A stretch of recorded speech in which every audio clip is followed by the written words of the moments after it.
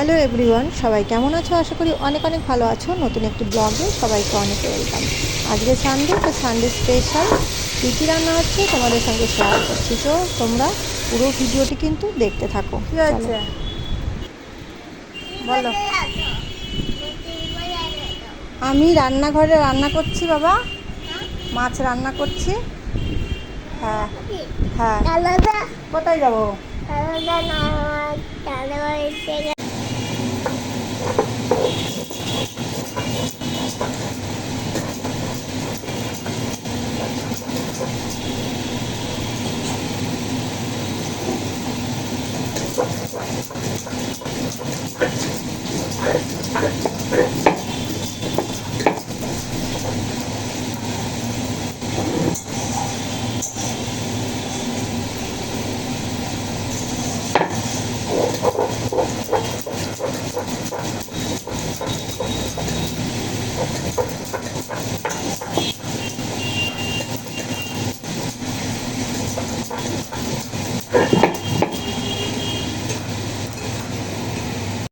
আজকে করছি ইলিশ ভাপা। তো আরও অনেক কিছু আছে, তোমরা কিন্তু পুরো ভিডিওটি দেখতে থাকো। এখানে লবণ, হলুদ আর সামান্য তেল দিয়ে ইলিশ মাছগুলো আমি মাখিয়ে নিচ্ছি। এরপর বেটে রেখেছিলাম সাদা সর্ষে, তো তারপর সর্ষে দিয়েও মাছগুলো বেশ ভালোভাবে মাখিয়ে নিলাম।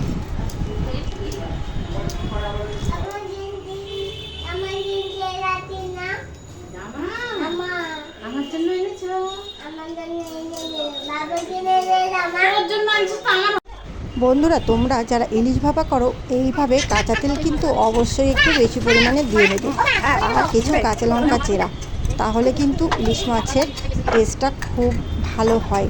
তো দেখো, টিন ভাটিতে এইভাবে আমি সামান্য একটু জল দিয়ে তো মুটকিটা আটকে আর সসপ্যানে একটা চাটি দিয়ে চাটির উপরে এই টিফিন বাটিটা বসিয়ে দিলাম। তো বেশ কিছুক্ষণ ঢাকনা দিয়ে ঢেকে জাল দেব, তাহলে কিন্তু খুব ভালোভাবে টিফিন বাটির মধ্যে ইলিশ মাছগুলো ভাপা হয়ে যাবে।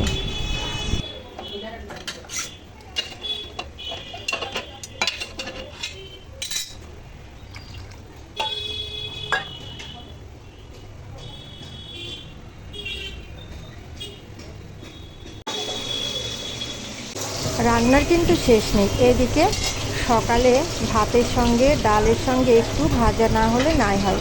তো বাজার থেকে একটা রুই মাছ কিনেছিলাম। তো রুই মাছের মধ্যে অনেকটাই তেল ছিল, সেই তেলের বড়াটাই করছি। এখানে তেলের বড়া করতে গেলে কিন্তু পেঁয়াজ, লবণ, হলুদ, বেসন, সামান্য লঙ্কার গুঁড়ো, কাঁচা লঙ্কা কুচি দিয়ে বেশ ভালোভাবে মাখিয়ে নিয়ে কিন্তু এই বড়াটা করতে হয়।